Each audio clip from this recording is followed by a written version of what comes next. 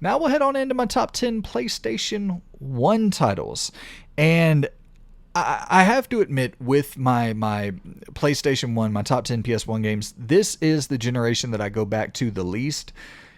It's weird because it's the generation that got me into gaming on like a much deeper level and really, really getting into gaming. But it's not a generation I really go back to all that often at all, if I'm just being honest. So there's a few in here that are games I played as an adult and have an appreciation for, but it's mostly a nostalgic list here. So let's go ahead and kick it off. My top 10 PlayStation 1 games of all time. And speaking of games that I played as an adult, well, we'll start it off with Parasite Eve.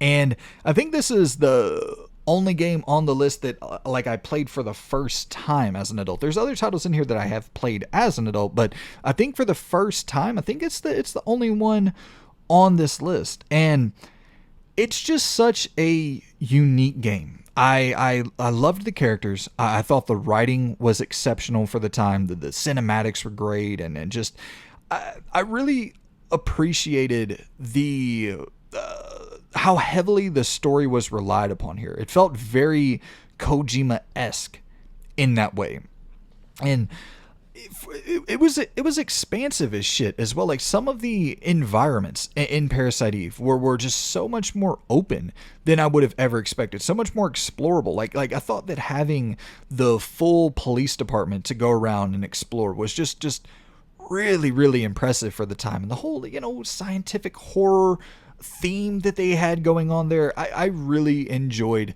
this title. I think the only thing that was aged on it was the like turn-based controls. I think if you modernize this, gave it that Resident Evil 2 style feel, put this out on the market, like, come on, Square Enix. I know you're looking at Capcom each year with their fucking most profitable year ever in 2023, and this renaissance for survival horror. You got Parasite Eve sitting there. You crank some Resident Evil style controls on that bad boy, get that story out that was, in my opinion, much better than anything Resident Evil ever had. And I think you could get something really, really impressive. I think this thing would sell like absolute hotcakes, and yeah, it definitely deserves a remake. So number 10, Parasite Eve. Number 9, I'm going to go with Twisted Metal 2.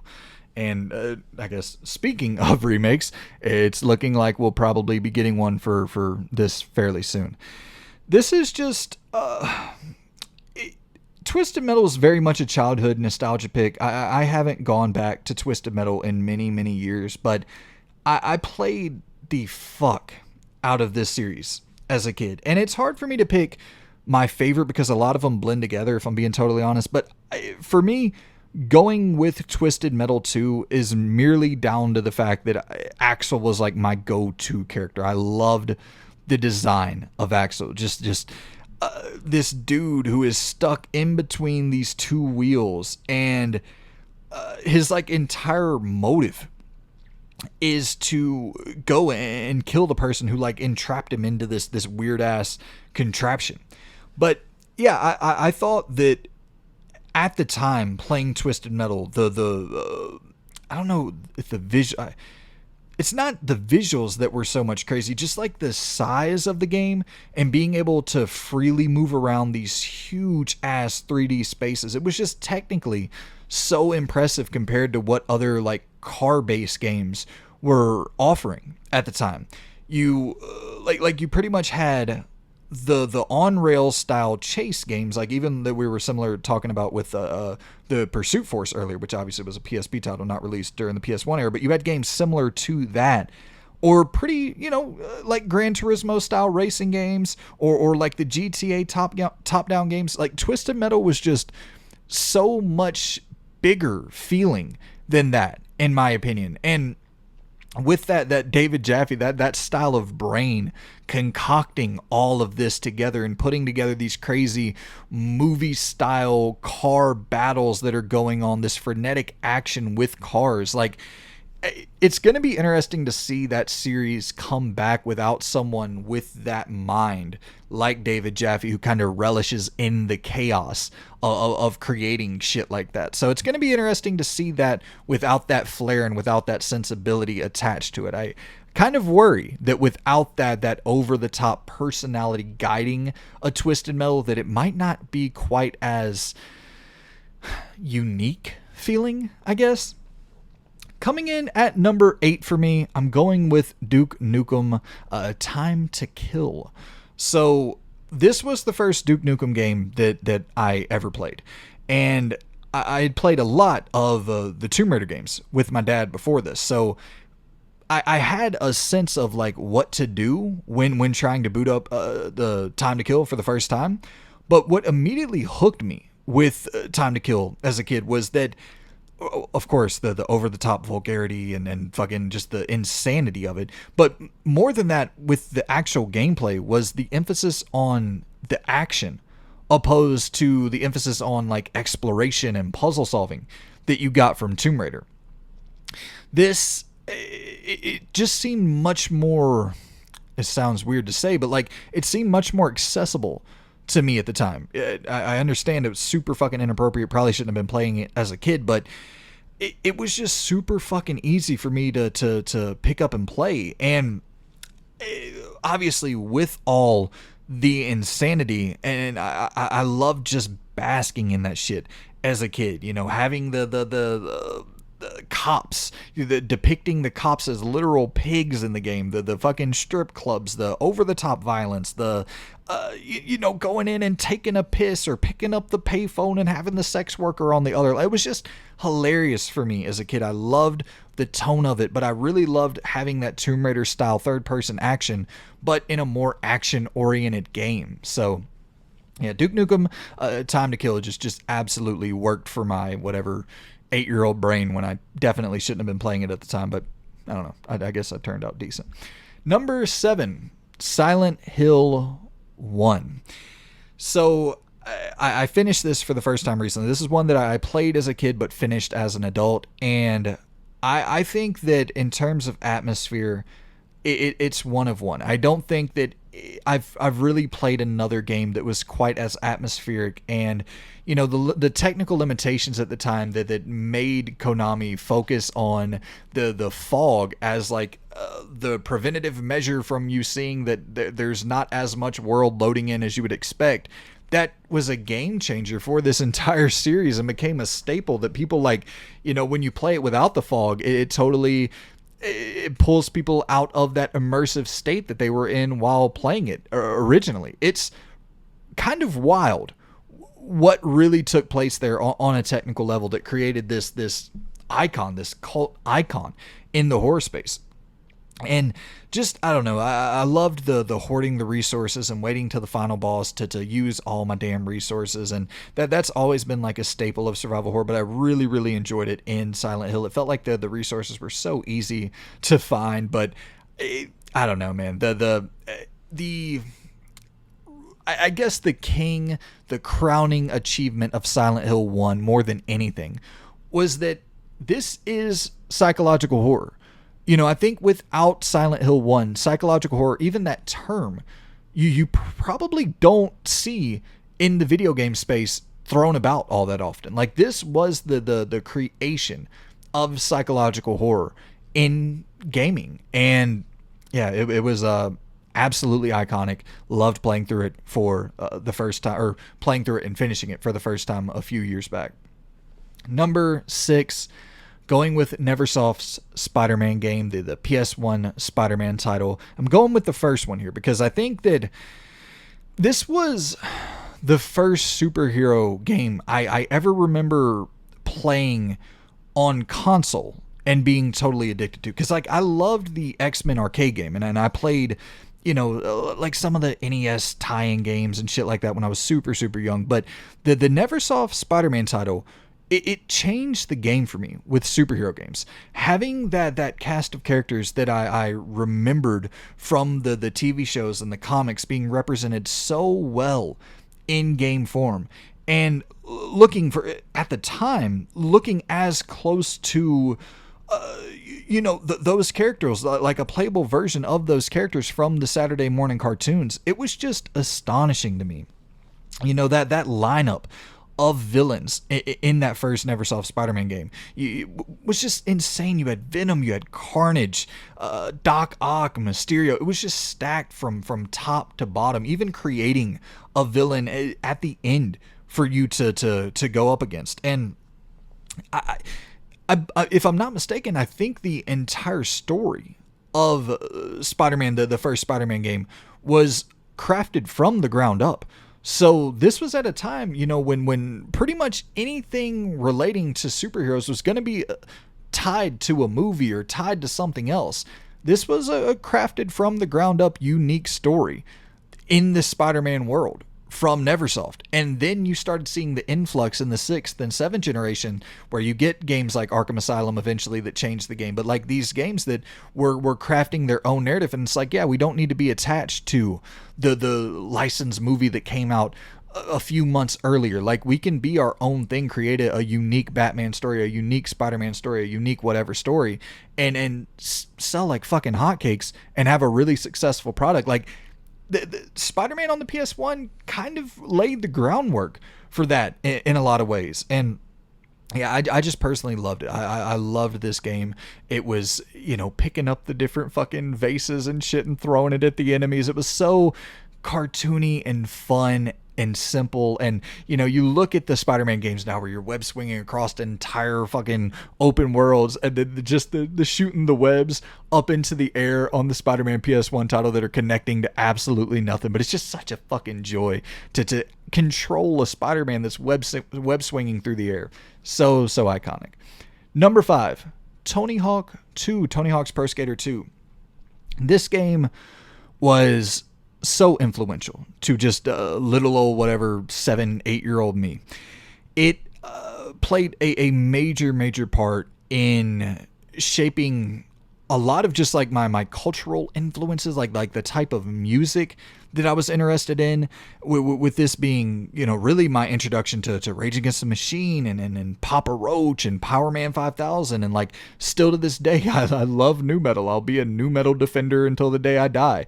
And without Tony Hawk's Pro Skater, I don't know, like, I could have totally missed that because I was fairly fucking young at the time. And then that was really what exposed me to that style of music. It was just a game that had so many memorable aspects, from the music to the level design, and just the school, the Venice Beach level, and then giving you the freedom to create your own parks, which I believe was introduced for the first time in Tony Hawk 2. And I was god awful at creating my own parks, but I had a friend who was so good at building these just picture perfect parks. And just that feature alone that was introduced for the first time in Tony Hawk Pro Skater 2, it changed the game for the future of that series entirely.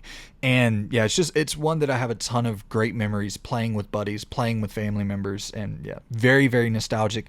Especially what everyone is going to go to immediately is the soundtrack, because I do think that shaped an entire generation of people.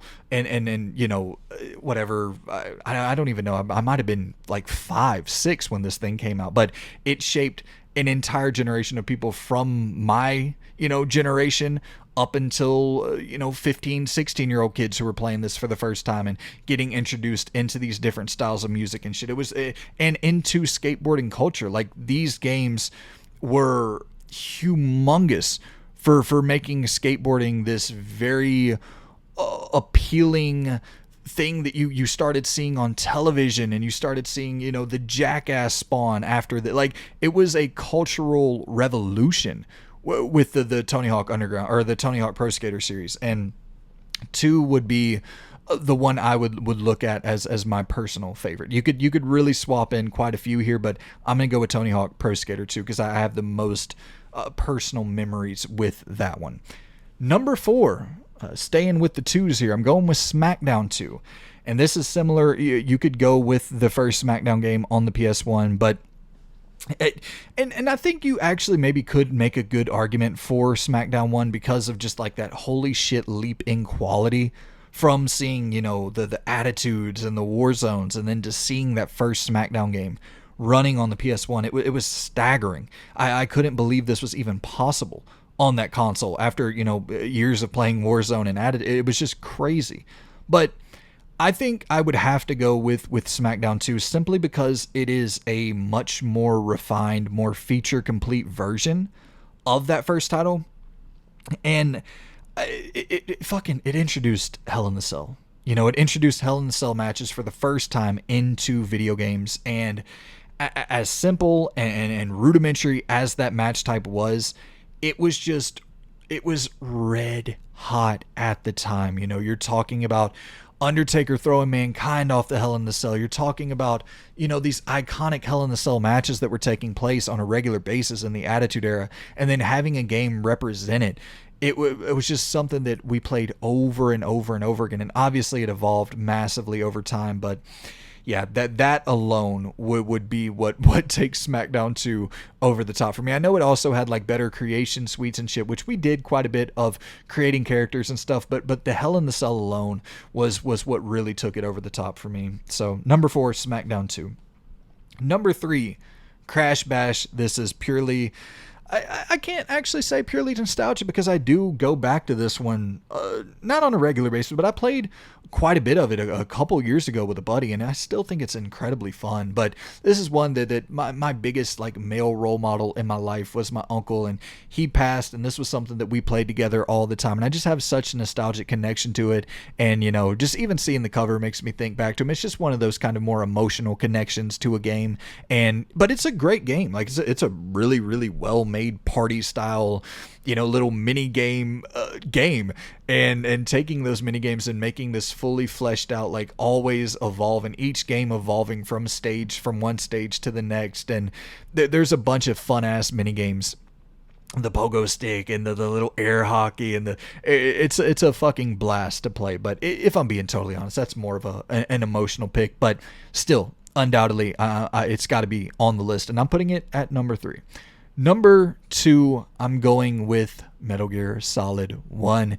MGS1, it fucking invented stories, man. Without MGS1, we don't get to a stage where we see The Last of Us. We don't get to a stage where we see, all these iconic stories that we're getting today. Like, I really feel that Metal Gear Solid 1 was so fucking... Obviously, I'm being hyperbolic saying it invented stories and games. That's not true, but in this respect, in this very cinematic approach to storytelling, we just didn't see much like this before MGS1. And not to mention, the story is great, but just the most badass fucking boss battles and badass villains ever in games. I don't know if there will ever be a moment, or I don't know if there was ever a moment, period, in the entire Metal Gear Solid series history that eclipsed like the Psycho Mantis interaction when she's breaking the fourth wall and fucking with your head and reading the memory card and telling you to swap controller slots. Like that moment is one of the most iconic moments in video game history. And then adding on top of that, the cyborg ninja boss fight and the fucking just the intensity of having that motherfucker pop up on you, and it's almost like panic inducing. The how unaware you are at times of his location in that boss fight, and fucking Liquid Snake and Ocelot, the sniper. It's just loaded, and each villain has an interesting backstory. Most of the villains that you interact with in that game, their stories end up continuing throughout the entire series, and it's one of the most important games ever made, probably the most important game ever made in terms of the evolution of storytelling in this industry. So Metal Gear Solid 1 at number 2. And number 1, surprise, fucking surprise, Resident Evil 2. I'm not going to expand much on this one. I've talked about it so much on the channel. Probably my favorite character in video games with Leon S. Kennedy, introducing Claire into the mix. Seeing Raccoon City, that explorable open location, was so mind-boggling at the time. All the zombies on screen at the time. Having the fucking Mr. X that iconic reveal of Mr. X. I thought the story was fucking fun. The Ada Wong Leon interaction was always like the will they won't they little mystery that's going on. And yeah, man, I love Resident Evil 2 so much. I thought it was the perfect combination of survival horror, tense survival horror combined with fun action gameplay. It's some of the most iconic, memorable set design or location design from any survival horror game ever made. The imagery, just, it is a visual showpiece. Resident Evil 2, it's my favorite game ever made, so of course it's going to top this list. I go back to it on a regular basis, and it's one that I will always go back to on a regular basis because I think it's, in my opinion, the pinnacle of survival horror.